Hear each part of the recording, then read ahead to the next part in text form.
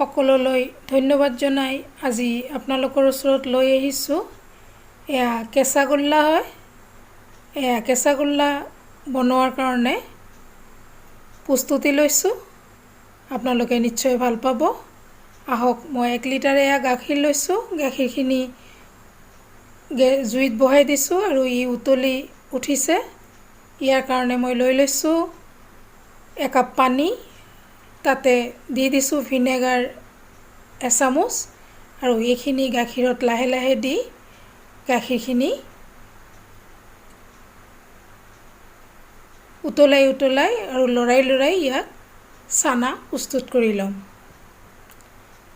এয়া ভিনেগাৰৰ পানীখিনি অলপ দি লৰাই ইয়াক চানা বনাই লৈছোঁ। এয়া চাওক গাখীৰখিনি ধুনীয়াকৈ ফাটি গৈছে। তাৰমানে এই সম্পূৰ্ণ চানাৰ কাৰণে তৈয়াৰ হৈ গৈছে। এতিয়া এইখিনি এটা পাত্ৰত মই ঢালি লৈছোঁ। চাকনিৰ ওপৰত কাপোৰ এখন দি তাতে ঢালি লৈ লৈছোঁ আৰু এইখিনি এতিয়া ঠাণ্ডা পানীৰে ধুই লওঁ যাতে ভিনেগাৰৰ টেষ্ট আৰু তাৰ গন্ধখিনি ওলাই যায়।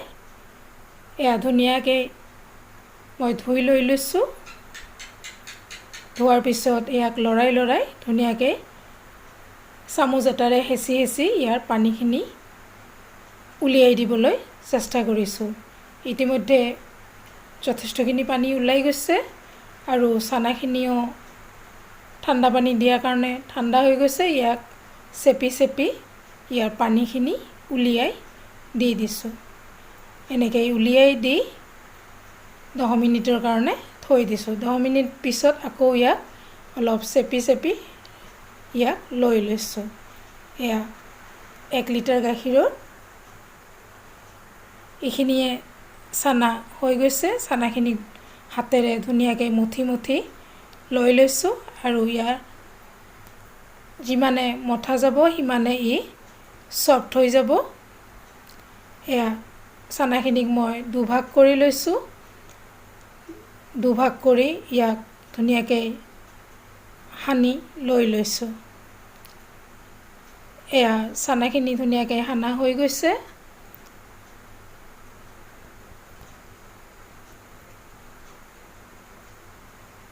সমানে দুভাগ কৰিছোঁ। এতিয়া কেৰাহী এটা বহাই দি তাতে চানাখিনি দিছোঁ আৰু তাতে 3 চামুচ দি দিছোঁ কণ্ডেন্স মিল্ক, 1 চামুচ চেনি দি ইয়াক ধুনীয়াকৈ লৰাই ইয়াক পগাই লৈ লৈছোঁ আৰু লগতে দি দিছোঁ ইয়াতে 2 চামুচ পাউডাৰ গাখীৰ।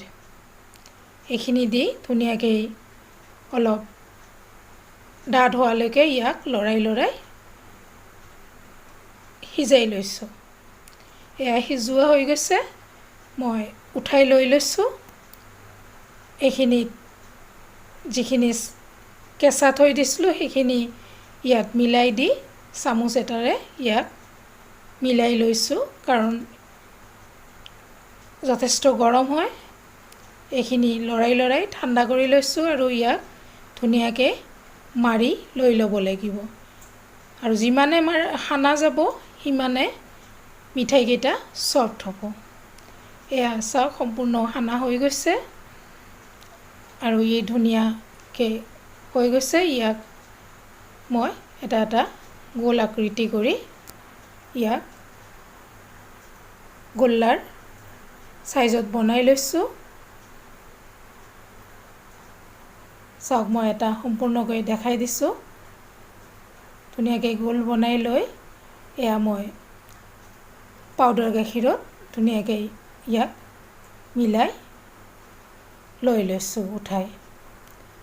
এনেকৈ মই গোটেইকেইটা গোল্লা বনাই ল'ম। এয়া কেঁচা গোল্লা হয় আৰু ই খাবলৈ বহুত টেষ্টি হয় আৰু ই মিঠাও যথেষ্ট নহয় কাৰণ ইমানখিনিত মই মাত্ৰ সৰু চামুচেৰে 1 চামুচ মিঠাই দিছোঁ আৰু কণ্ডেন্স মিল্ক দি দিছোঁ 3 চামুচ।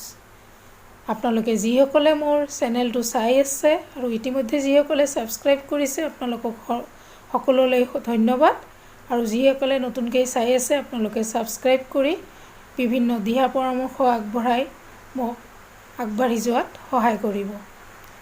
এয়া চাওক, মোৰ কেঁচা গোল্লা গোটেইখিনি বনোৱা হৈ গৈছে। 1 লিটাৰ গাখীৰত এয়া মাত্ৰ 6 পিচ কেঁচা গোল্লা হৈছে।